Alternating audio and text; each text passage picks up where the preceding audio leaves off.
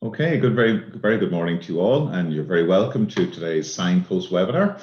I hope you're keeping safe and well wherever you are joining us from today. My name is Mark Gibson, and I'm manager of the Teagasc Connected programme. The Signpost webinar series has been brought to you in association with Dairy Sustainability Ireland, the National Rural Network, and Food Drink Ireland SkillNet. Today, we continue our focus on the work being carried out by the Agricultural Catchments programme, and I'm delighted to be joined by Dr. Michelle McCormack, economist with the Catchments programme. And today, Michelle is going to be talking to us about the economics of catchment management, linking science and farmer behaviour in the Agricultural Catchments programme. So, Michelle, you're very welcome to our webinar today. How are you today? Morning, Mark. I'm good, thanks. I'm good. We have a very nice sunny morning here in Portumna, County Galway, so yeah, and all it's good. Looking good here. Slightly north of you here in Ballyglunin. Pat, good morning to you. How are you today? Good morning. Great. Not a bother. All good down in Wexford, I hope. Excellent. Great. So, Michelle, you've been working with the Catchments programme for a number of years as economist. Can you tell us a little bit about the work that you're doing there? So I took over from Cathal Buckley, who's my predecessor on the Catchments programme, and I suppose where we fit in the Catchments programme is we link what's going on the science side with what's going on the ground with the farmer behaviour and farm practices, and so it's kind of to give you a whole picture, an overall picture of what's going on in catchment management. Great. Okay, so today you're going to be talking to us about the behavioural side of things and the whole area of public goods versus private goods. So I'm really looking forward to your presentation. So maybe if you could share your screen with us, and we get your presentation underway. And just while you're doing that, just remind everybody that you can ask questions of Michelle at the end of the presentation, but use the Q&A tab at the bottom of your screen. And also today's webinar is being recorded, and a copy of the presentation will be available on the Teagasc website after today. If you go to the Teagasc YouTube channel, you'll see a full playlist of all of the previous Signpost webinar programs there for you to view at any stage. So, Michelle, we will hand over to you, and we will talk to you in a few moments, then in about half an hour's time. Okay, thanks, Mark. I hope everyone can hear me. So this morning, what I want to do is broaden out the discussion in relation to catchment management and water quality in general, and link up what's going on the ground with farmers with what's coming out on the excellent on the science side of things. And so a brief outline of what we're going to be talking about this morning, a brief introduction, setting the scene, if you like, where we are in relation to water quality. And then I want to describe different types of goods and where water quality fits in from an economist's point of view, how we define different types of goods. We look at public goods, agri-environmental public goods, the difficulties that there are in providing public goods and even defining public goods, and possible solutions and some conclusions at the end. But first, I want to point out that this nexus between the production, agricultural production, and the environment there's nothing new in here. So here we have a quote from 1798 from an economist at the time called Thomas Malthus, where he sees that it's this great difficulty, an insurmountable way to the perfectibility of society to match these two, to provide food and to not destroy the environment, if you like. And in 2018, we're still writing about the same process and the same challenges that farmers face. So first of all, credit where it's due. And since Thomas Malthus wrote this paper, agriculture has successfully produced food to feed a global population that has increased eightfold. And it's been done in two ways, basically. In the beginning, we brought more land into production, more agricultural land into production. And in the last 50 years or so, we've seen productivity growth, efficiency.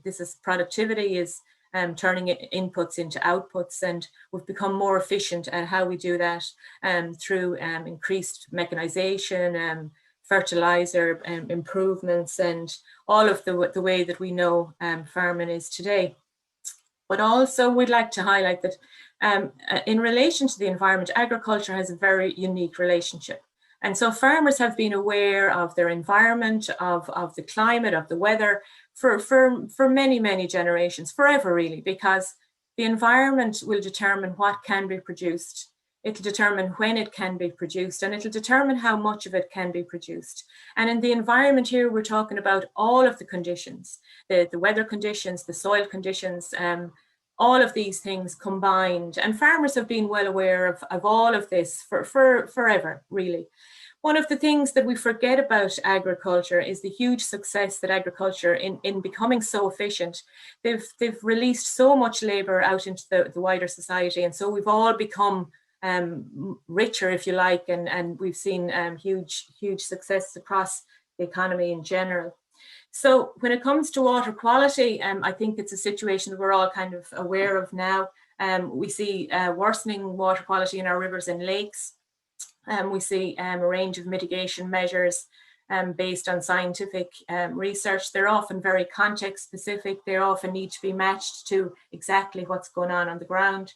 And farming practice and land management decisions are important for this very reason. And so understanding what it is that drives or motivates farmers to engage with these practices and these land management decisions is hugely important. But of course, farmer decisions and farmer management and land management is only one part of the wider water quality. That has only, I'll revert to Per Eric's excellent presentation a couple of weeks ago, where there are multiple different stressors on water quality, and the behaviour is one, and farmer decisions and farmer land management decisions is just one part of a wider thing. But if we want to address this, and if we want to get a deeper understanding, we need a correct diagnosis of what is the problem. What is the problem when it comes to water quality? What is water quality, and how might we, all of us together, and it'll be from different disciplines, how can we address the problem of water quality? So Europe has pointed the finger at Ireland as having particular problems, and this is one of the reasons. We seem to have a very high percentage of farms that have livestock production. We're number one in Europe, and I suppose being number one in Europe is always, I don't know, is it good or is it bad? Or anyway, we have the highest percentage of farms in livestock. We have livestock production of some type within the European Union. And of course, this is for historical reasons and climatic reasons and traditional reasons and loads of reasons around it, but this is where we are. So what can we do? And very often, and this is a phrase that has come into the public domain recently, public money for public goods. And it sounds very simple, and but what are public goods? And what public goods can agriculture provide? And if we are going to provide these public goods with public money, how do we pay for them? So that's what I want, that's the discussion that I want to initiate this morning. And I think people will it's intuitive. A lot of the economics work is very intuitive. And so we can see our own behavior and we can identify with what's going on with a lot of these things. So in economics, we'll define goods, and we have two benchmarks. So is it excludable? If it's supplied, can I exclude everybody else from having it? Can I have ownership over it? And rivalry. And it's a slightly complicated term, I think, rivalry, but it means that if I consume the good, then there's nothing left for you. So if it's an apple and I eat it, then it's gone. If I eat it, you can't have the piece that I eat. So it's rivalry in consumption. It means that it's divisible and there's less for everybody else if somebody uses it. So the type of good that we have very often influences how it's supplied. And so in the back of your mind, I'd like you to keep in mind all the time, we're talking about water quality. So how do I supply better water quality? How do I make decisions that will increase the supply of water quality? And we'll get to how difficult this can be and how we might be able to address it. So we'll have a look at some different examples of these different types of goods. So we have the two different, so we have rival and non-rival, we have excludable and non-excludable. And in this top left-hand corner that I'm looking at, we call the private goods. They're both rival and excludable. If I own it, you can't own it. If I use it up, there's none of it left for you. And these are the goods that we're all used to. The markets exist for these goods, so we can buy them and sell them. So we have the usual things. So things like tractors, things like handbags, and food. And in here I've put land as well. So we can buy and sell land. So these are all private goods. Markets exist, and supply and the markets will determine, and the laws of demand and supply will determine how it's supplied into the market. Then we have club goods. So club goods are excludable, but they're non-rival. And what does that mean? It means that I can join the club, so I pay a membership fee. So we're all used to the GAA or golf clubs. We can join these clubs, but we can also have things like satellite TV, so we pay our membership fee. Or we can go to the cinema. Now I know the cinema will be a smaller group, but once you pay to go in, you can go and watch the movie. There's no less of the movie for everybody else to watch just because I'm watching it. All of these sort of things. The problem exists in these goods. The problem here is the size of the club. So it may not matter for GAA because they're different. People have different roles within the GAA, and I might just be a member to go and enjoy what's going on. And similarly for satellite television, there's no. But if there was a huge membership in a golf club, and everybody wants to play at the same time, so how do we match those sort of things? The next ones that we look at are common goods. So they're rival in that if they're used, they're gone. But I can't stop anybody else from using them. And so here we look at the fisheries and the sea, and so common fish stocks. And you can see in that very first little photo, it's a little bit small, but you can in your own time blow it up. You can see the huge decline in fish stocks over the last number of years, overfishing. And this is the problem with common goods. They're overused. And it's a case of, if nobody owns them, nobody looks after them, there's no ownership rights, we can all use them. So they get overexploited. And here, the big problem here, it's called the tragedy of the commons. And so there's a huge literature out there about the tragedy of the commons, but the one we can think of mostly is the fisheries. And that brings us on to the public goods. So I can't stop people from using it if it's supplied, and me using it doesn't leave any less for anybody else to use. And so in the traditional public goods, we think of things like street lighting. We think of things like lighthouses. And so the way to think of this is, if street lighting is provided, so if there's the lights outside my house and the street outside my house, it's available for everyone. The light is available for everyone, but the public good that's attached to street lighting is a sense of security. It's not the light, it's not the light post, it's not the bulbs, it's a sense of security. And likewise, bridges and infrastructure or roads are, they all have a public good that it makes it easier for people to get around, or and the lighthouse, again, we're back to a sense of security and providing safety for people and make people feel better if they have these goods. So typically these goods are undersupplied by individuals and because of, so let's look at, when it comes to water, water can fit in every one of these boxes in some shape or form, all our water. And so the first one, we've the tap. So if you're paying for your water, and I think many people in rural Ireland will already be paying for their water and group schemes or private wells or whatever. And so that's a private good. We pay for it. If I use it, there's less for everyone else. On the club goods, we have things like water sports or being member of a club that's going out on a canoeing club here, but you can think of any other clubs, fishing clubs, boating clubs, you have to be a member. And then we have the common goods, the fishing. How do we regulate that? And, is there catch and return policies in place or whatever it is, but we can see the fishery. And then we come to the public good that's involved with water, and that's the water quality. So if the water quality is good, the public good that's here is public health.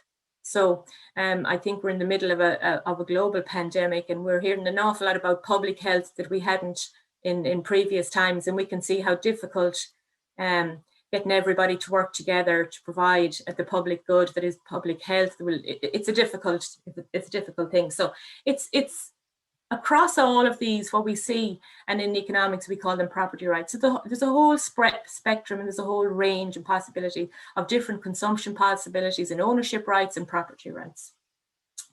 So public goods, what exactly is the problem with public goods and why are they so difficult? So in economics, we would say that they're a type of market failure.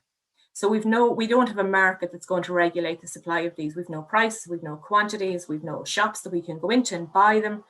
And very often we're trying to measure, and economists love to measure things. We're trying to measure things that are difficult to measure. So how do you measure a sense of security that's attached to having street lighting in villages and towns around the country? And so we require very often different methods and different techniques and different technologies. And we use survey methods, and we can calculate people's willingness to pay for things or people's willingness to accept things like, what is your willingness to accept a lesser quality water, for example. But these are kind of typically the methods that we use.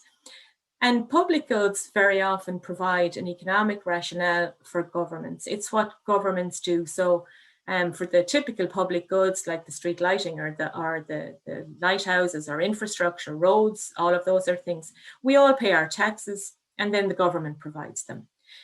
The thing that public goods, the problem that's most associated with public goods is they create a problem called a free rider problem. Now, what is a free rider problem? So it's the situation that individuals are able to consume a good without having to pay for it.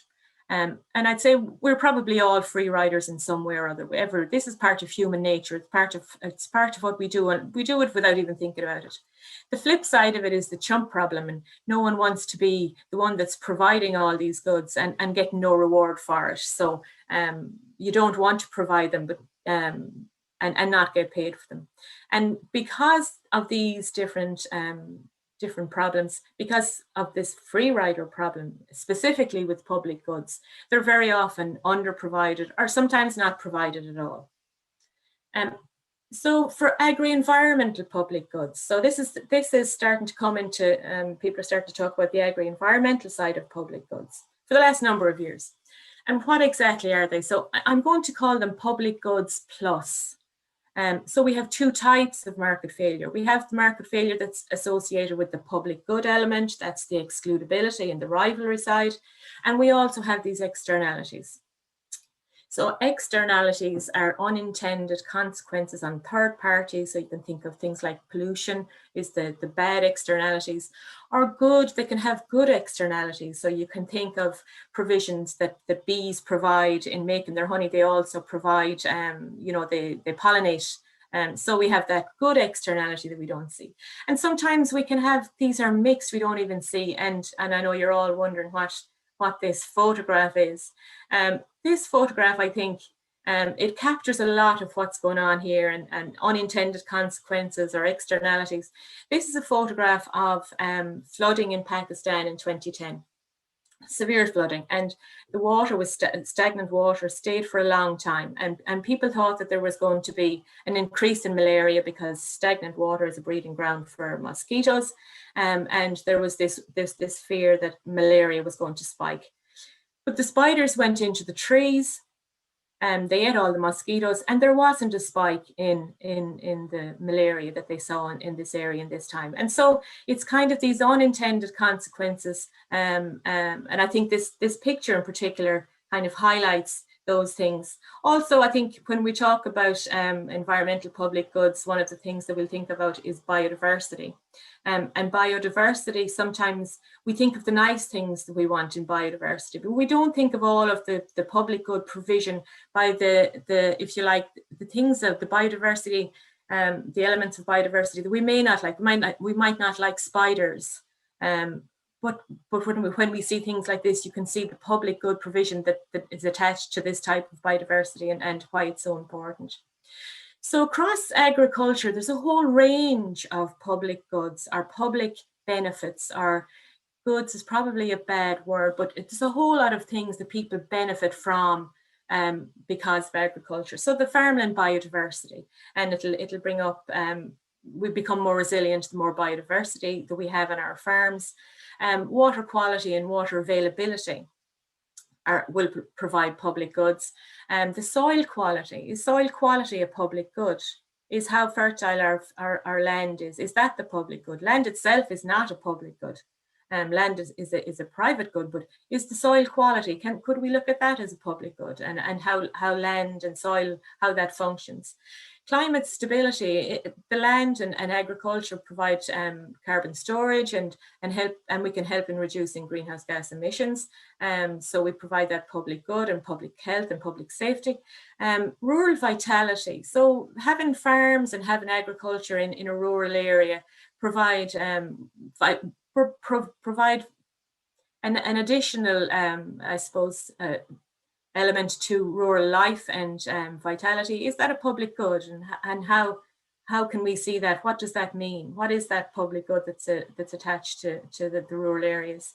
Food security, and not food provision, but food security that we can see, and sustainable food security, I suppose, is probably the bigger one. How can we ensure that we provide food into the future?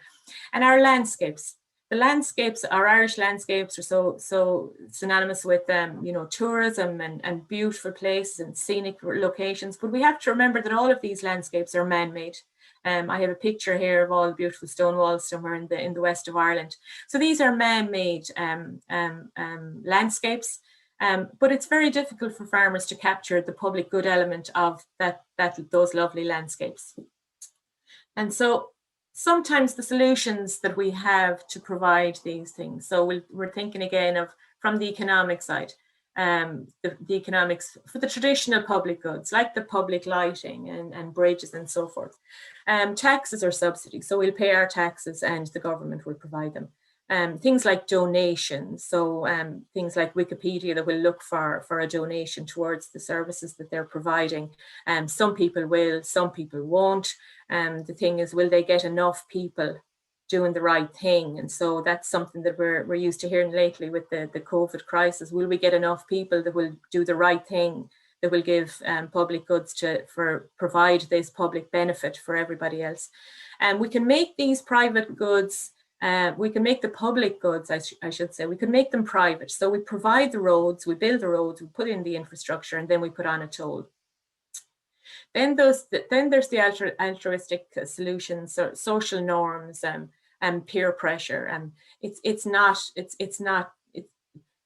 None of us are entitled to cause pollution, so I can't dump all my rubbish in my front lawn. There's social norms around this sort of behaviour, and how might we tap into social norms in relation to other things?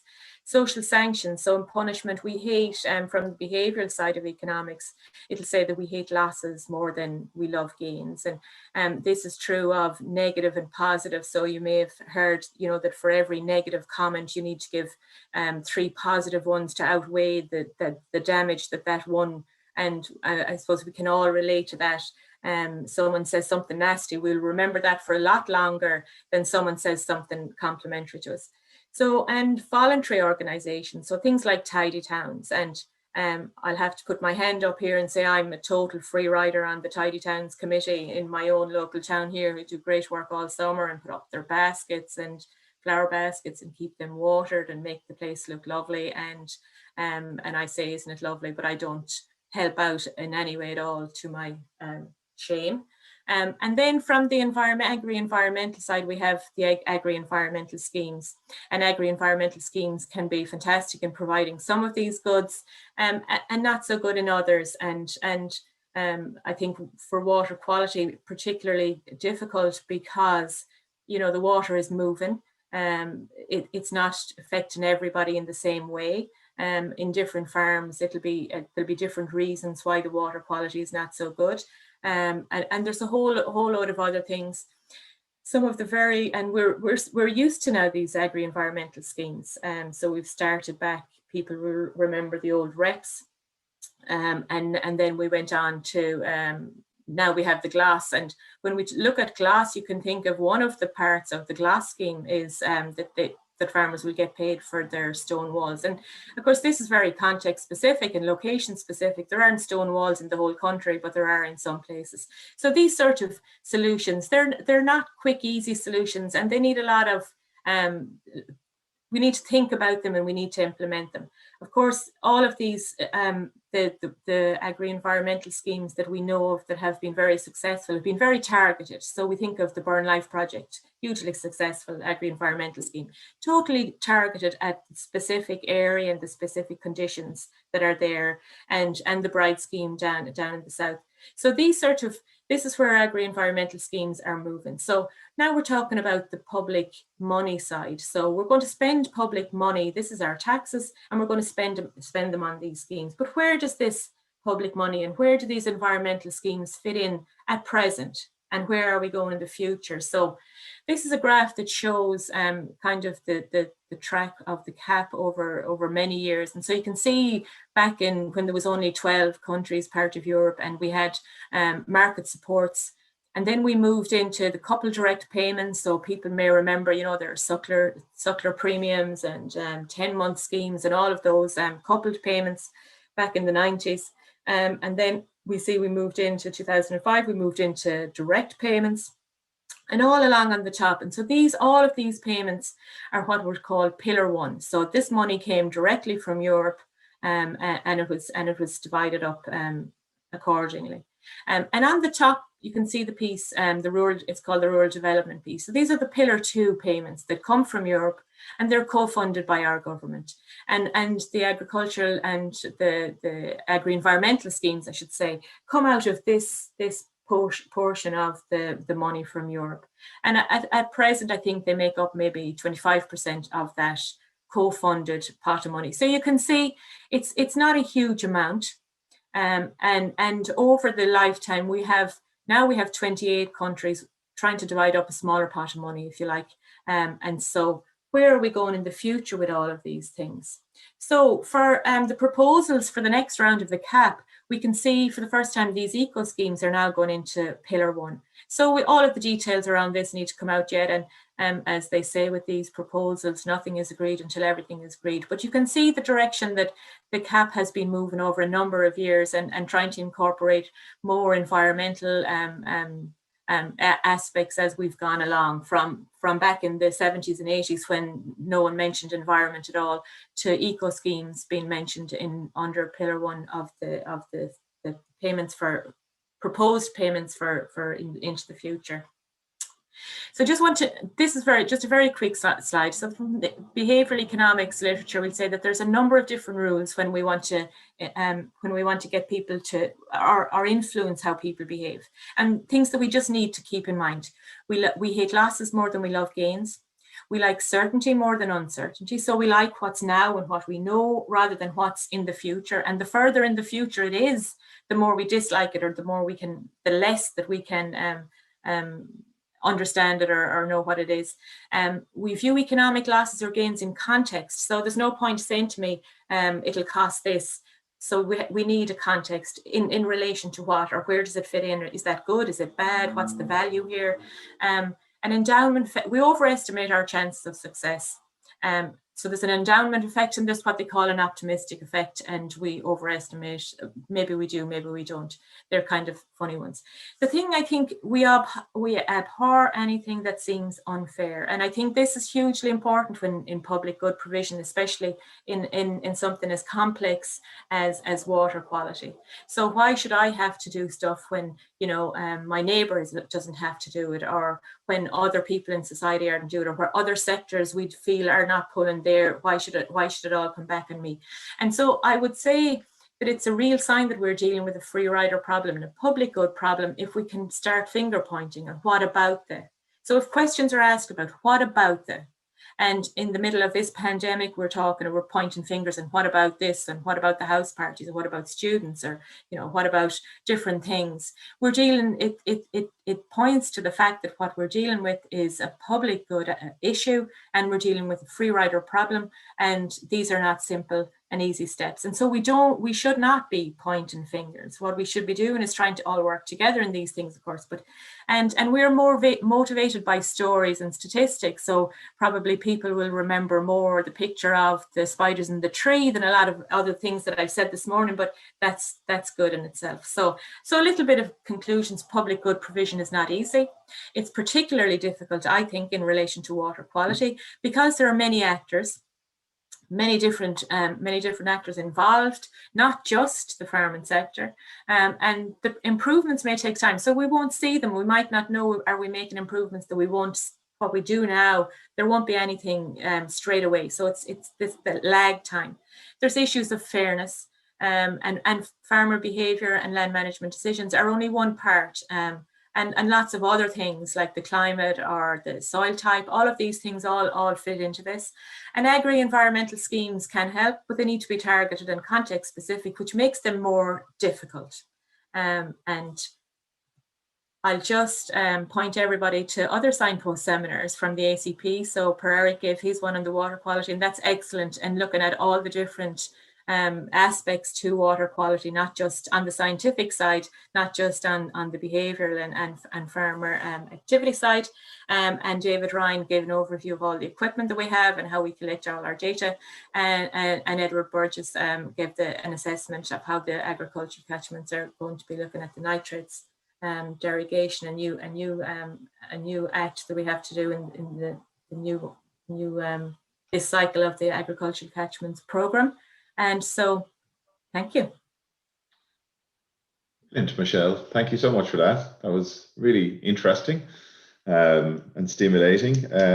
I suppose you've posed a lot of questions there as well, haven't you, Michelle, around the whole valuation of public goods. Because I'm particularly interested in how do we capture the value, or how do we measure the value? I know you were saying that's the focus of economists so often, but how can we better capture the value of water quality and get people to appreciate it, and also, I suppose, attribute the work that goes into protecting water quality back to the land managers in the country?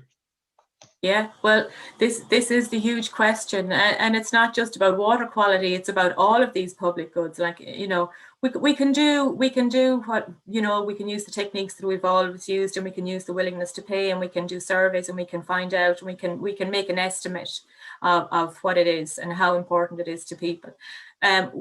We can't put a definitive figure on it because of the complexity of the situation. But we can all. But I think what we need to do, if we can have the discussion around it, and if we can highlight if we can diagnose the problem properly and understand where the problem it is, because there's so many people now working in this space, in the water quality space, and everybody working together can bring a different element or a different expertise or a different knowledge to it.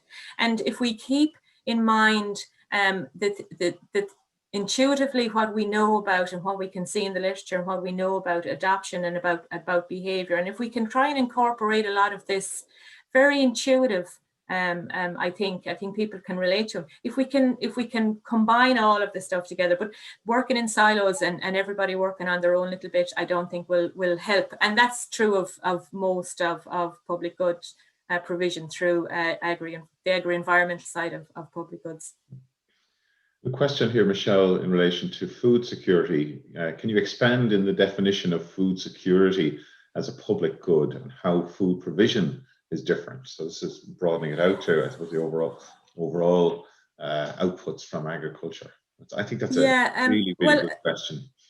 Well, public good provision in terms of food security, the production of food is not a public good. It's a private good. We buy it and sell it.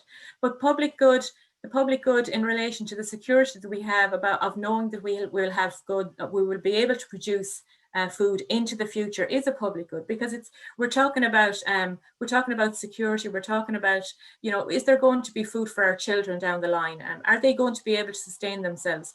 Are we going to see climate crisis becoming so bad that there are only going to be a certain amount of pockets around the world that's going to be able to produce food at all? Are we looking at those sort of scenarios?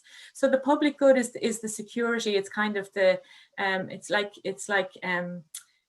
it's like security is one word, but it's kind of the comfort maybe that we have, or the safety net that we have, that we know that, that we're not leaving this world any worse for the generations that are coming after us, and that they are going to be able to look after themselves as well. And the security issue, I don't know, does that answer your question or not, Mark? Yeah. No, it's good to separate the categories there.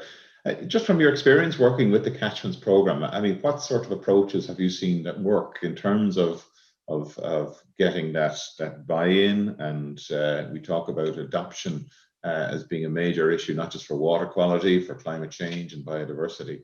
Just from your experience, your observations, I'd be interested. But from the data that we've collected and we've surveyed farmers about different mitigation measures, we can kind of, first of all, the mitigation measures, it doesn't make sense to just ask farmers in general about mitigation measures, because very often these mitigation measures are very specific to what their farm needs. So it may not be, but in general, I would say from a whole range of mitigation measures that we've asked farmers about, and we've asked them about buffer zones and dredging and timing of fertilizer use, I would say farmers in general seem to be in favor of the mitigation measures that are in around, if I'd say the ones that cost more in terms of their time than in terms of their pockets. So spending money on different mitigation measures may not be top of their list, but they're very aware of the time that they put out their fertilizer, or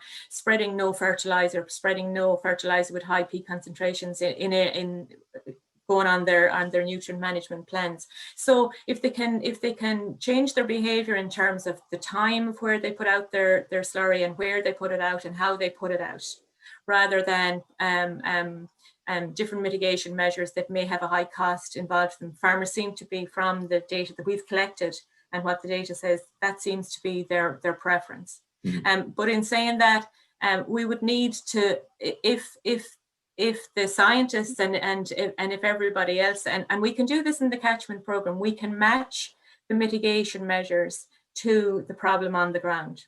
So if the problem on the ground needs buffer zones put in, then it doesn't matter, whether the farmer has a preference for it. That's the mitigation measure that's going to solve that particular problem. And I think one of the benefits of the agricultural catchments program is that we're so unique, and we have such rich data in that we have access to actual working farms and what's going on the ground with farmers. So we can match these things and say, on a broader, and it's the challenge then becomes to scale this up to we can do it because we have such contact with our farmers, but to scale that up to a program or an agri-environmental program that's rolled out across the country becomes a little bit more difficult, because all of these measures need to be, as we know, I think, targeted and specific to the context. Thanks, Michelle. Pat, we've got some very interesting some really good questions here. Catherine Lascaretz is asking, how can we move a public good from the free category to one that is appreciated enough that it can be paid for, as if it does not get remunerated in any way, it will not be provided. So I suppose it is the classic question: how do we get people to put in place these free the free goods or public goods and have a way of being remunerated from them or for them? Yeah. And this is an excellent question, and I'm so delighted that this person asked this question, because that is exactly the discussion that I was hoping that this presentation would generate. How can we, the answers to these questions aren't there, and very often, it's dealing with them ourselves, or we need to start thinking outside the box, and we need to say, what works here, what works there, and public good provision, and so everyone will have a different idea. So I'll just give an example of when we're talking about public good provision. There was an area where they wanted to put up a wind turbine, and we know there's a lot of, and in a very in a town, in a very built up, not in a rural area, in a very built up area for a very specific purpose. And in that area, they went out and they canvassed every house that was within 2.5 kilometers of that house, where they were going to build it. And they explained to people what they were going to do and why they were doing it, and asked them for their support. The thing is, they went to every single house, and if you weren't there, they went back. So they talked to every person. So you can imagine the work that was involved in that. The result of that was when that project went for planning, there wasn't one objection to it, because everyone had a buy-in. So how do we get a buy-in? We talk to people, we ask them, we say to them, you know, this is what we're doing and this is why we're doing it. And can we have your support? And because we all like to be asked, we like to be asked. So, you know, we can have all the science and we can know all the solutions, and then we have to communicate it, we have to explain it, and we have to get buy-in from the people who are making the decisions. So we can come up with all different things. And very often, I think, speaking to farmers and we say that, you know, we need, especially in water quality. And so the question being asked really highlights how difficult a lot of this stuff is. So especially in relation to water quality, I mean, farmers know every river and stream and every part of it that goes through their land. They know, but they also know that that water in their stream has come downstream from somewhere else, and it's going to flow down the stream. And there's all of these things. So how do we? And these are the big questions. And I'm afraid, sorry, that there are no simple answers, but we can all have an impact. There's just a question there in relation to CAP and CAP reform, and just alluding to the fact that the asks are getting so much bigger very rapidly in terms of greenhouse gases, ammonia, water, biodiversity, and yet the pot of money is reducing. How do we go about, I suppose, getting better value through behavioural aspects of behavioural science in terms of delivering this bigger ask? Yeah, they are bigger asks. And, you know, in thinking of this, very often, especially we have so many with the ACP advisors who are out, and they can see what needs to be done. So maybe we need a pot of money that's provided there that say that the experts can go out, they can engage with the farmers. They say that this is, we'll look at the critical source areas. We'll point out the areas that need the most work first, and those measures will be put in place. That we're not going to expect the farmer themselves to provide the money now. And of course, we're on dodgy ground here, because farmers already get paid in a lot of compliance, and no one is entitled to pollute anything. But a lot of the times we're talking about diffuse pollution, so it's kind of it's like by accidents. They're not doing it on purpose. So maybe if there are mitigation measures that we need, maybe we need to take back control from a government point of view. Maybe we do need to do that. Maybe we need to just provide those measures in the areas that the experts can link them to and put them in place, and then that the farmers will kind of look after it from there on, if you like, instead of throwing it back on individuals to say you need to do this. Does that make sense, Pat? Thanks, Michelle. I have a question coming through here for Pat, actually. Pat, the question is what is the role of Teagasc in promoting water protection measures, and is Teagasc still promoting land drainage, which this viewer claims is leading to a leading cause of pollution? Perhaps, Pat, you could just comment on that. Yeah, I suppose it's not quite that simple in terms of the last comment. There's positive and negative effects in terms of land drainage, but there's no question. I think if land drainage is done badly, it can lead to problems. And I think one of the things that you're trying to do is make sure that it's done effectively and that it doesn't lead to pollution problems. The other aspect is in terms of what's Teagasc doing in terms of water quality, along with the dairy co-ops. We've put in place the ACP service, and anybody who's been on these programs that would have seen Noel and a number of his colleagues on talking about it, where we're out in the priority areas for action, dealing with farmers, identifying the issues that are leading to the specific water problems in specific catchments, and working with farmers to alleviate those.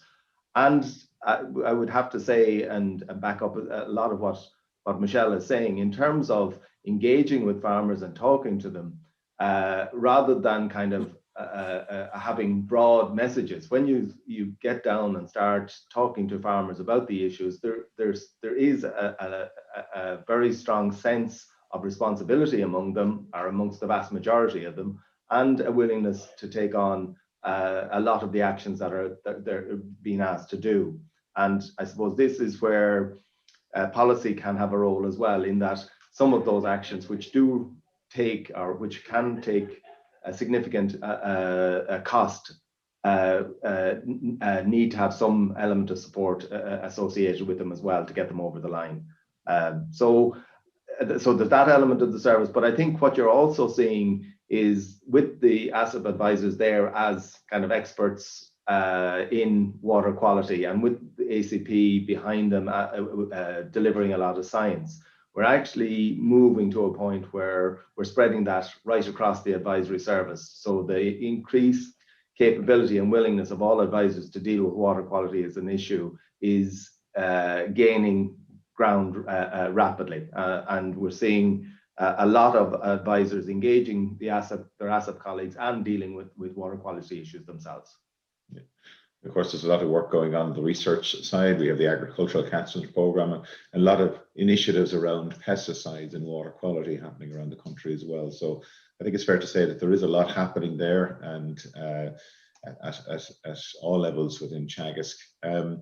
Michelle, you've stirred up a lot of interest in this public-private debate, and just have a question here. It's relating to, says there are many cases where reps interventions were put in place but then removed when the funding ceased. Is there any potential for funding of public goods to be results-based and to remain of value to landowners after the funding scheme ceases, or to be funded into perpetuity to ensure their longevity? So this is a real issue for schemes which are really, when we look at it, I mean, a 5-year term is a very, very short period of time, and we did see, you know, reps habitats falling out of the system, and a lot of good work happening. You know, are there measures or approaches there that can be used to have that long-term support for these types of measures? Well, I think when you see these schemes starting to move into Pillar 1, that's a first. So it's going to be there. The devil will be in the detail, of course, and those schemes will probably still be voluntary, and it's a feature of environmental schemes down the years. And very often, traditionally or historically, when we had the environmental schemes, and of course everyone still wants to bring back Reps 4 because the money was so good. And very often these schemes were associated with West of Ireland and seen just as an income support rather than the environmental benefits that were attached to them. So we're learning all the time, and we're moving all the time. And one of the things that farmers would say about these schemes, that sometimes they were difficult to get into. So GLAS was difficult to get into. The funding wasn't really secure for longer than. Those are issues that they're coming up all the time. I'm not an expert on all of the agri-environmental schemes down along, but there's been a lot of research done on them. But I think we're moving in the right direction. And you know, like I said, if we go back to the 1990s, when we had all those fantastic coupled payments coming from Europe, there was no mention of environment. Nothing at all. And now we're getting to the stage where at least, when it comes to policy, these things are always slow. Nothing is going to happen overnight. It's not going to be immediate. But you're right. These schemes that last for a couple of years and then end, this lack of security and this lack of has always been an issue. But if we see it moving into Pillar 1, maybe that's a first step towards that.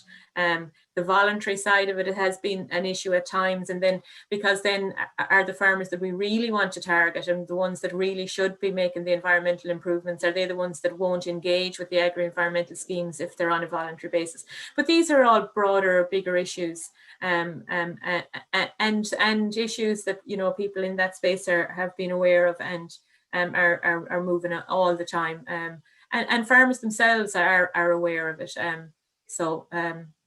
Yeah, I think all of those issues, Mark, are all highly relevant. Michelle, there's a question here that if, say, the new CAP, which aims to reduce fertilizers and pesticides, or well, it's not so much the new CAP, it's the Green Deal, I suppose, is successful, it's likely that food production will reduce in the EU, and two likely outcomes are increased production in less regulated areas and increased feed costs as a result. And just ask for a comment. I'll give a general comment because it's not my area of expertise really. But one of the things that we've seen over the last number of years is this low cost policy in relation to food. So if we think back in very early days of the CAP, when it had very specific aims, and one of them was to provide cheap food for consumers, but also to provide incomes for farmers and to modernise farming. So they were the three big pillars in the very early days of CAP. We've definitely modernised farming.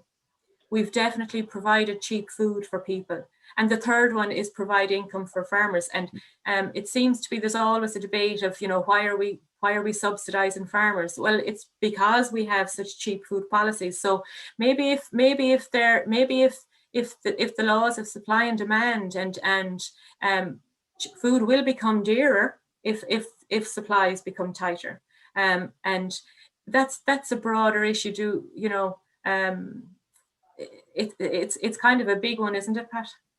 Yeah, no, it is, and I suppose one of the potential issues there, and one of the big challenges, is to see, can we over the next 5 to 10 years reduce our level of inputs while not losing levels of production, and there's a huge amount of work going on in that space, and I think it's an area which, with increased focus, we can actually make a lot of progress on.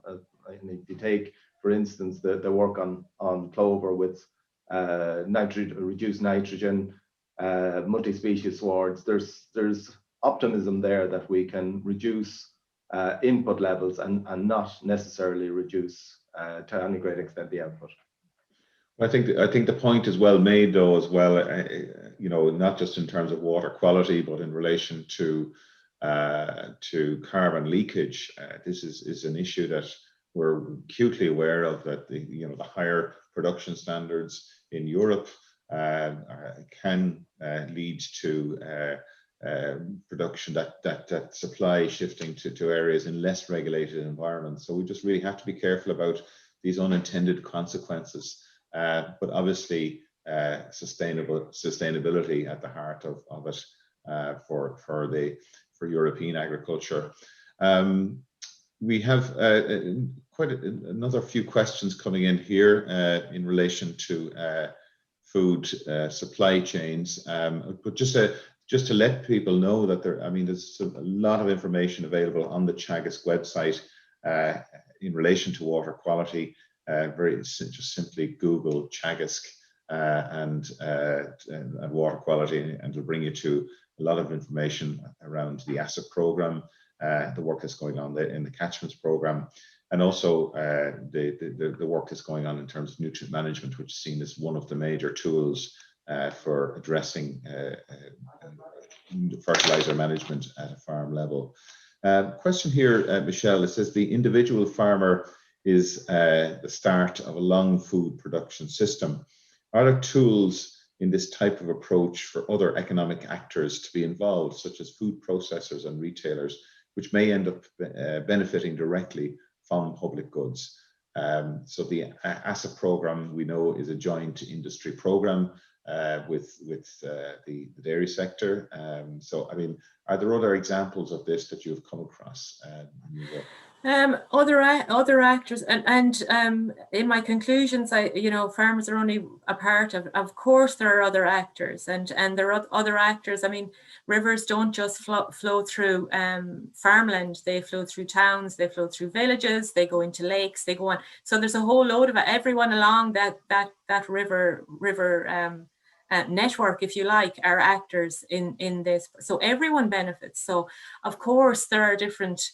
And people's capacity to do it, but and that's one of the things I'm saying, that it is complicated. There are issues of fairness, and so everyone needs to pull their weight. Everyone needs, but we also need to make sure that we're not just saying it's all agriculture, because it's not all agriculture. They play a role, but processors do play a role, and you're talking specifically in relation to the food chain. So if farmers obviously have additional costs, naturally, what we would think of always in retail is if their costs go up, then the cost to the consumer goes up.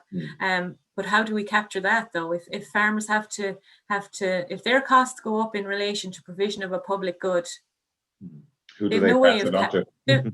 Who do they pass it on to? Yeah.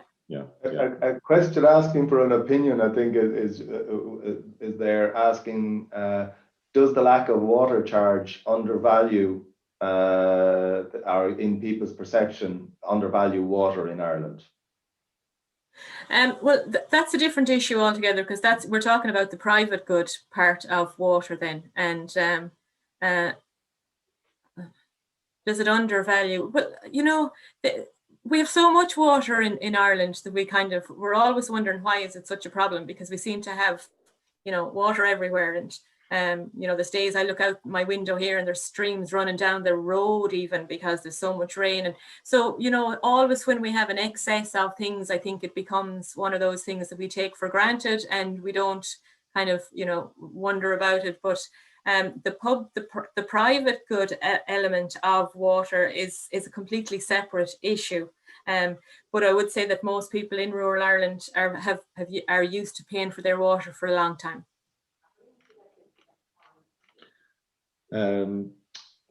Comment coming in here. It's, I suppose, a general comment in relation to water quality, but just to say, interesting talk from Michelle.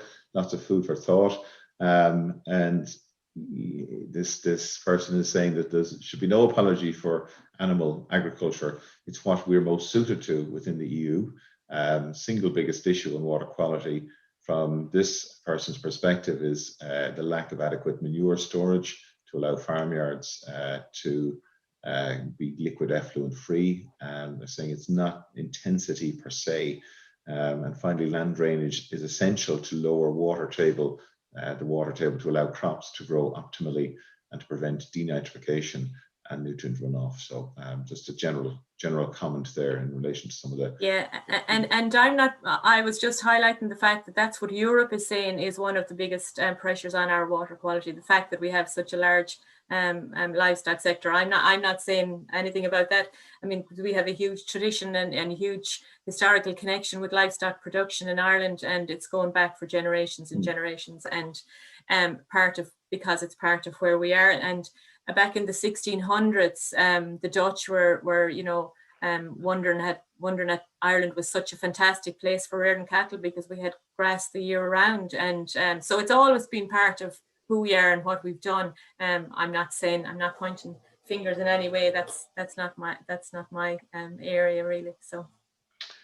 Okay, we're just coming up to 10:30 now. So Michelle, I just want to say thank you very much for really a stimulating presentation, and no doubt we're going to hear lots more about this topic over the next months and years with the discussions around CAP and results-based schemes and so forth. So I wish you well with your work on the catchments program, and we hope to have you back again maybe in the new year to talk more about that aspect of the catchments program.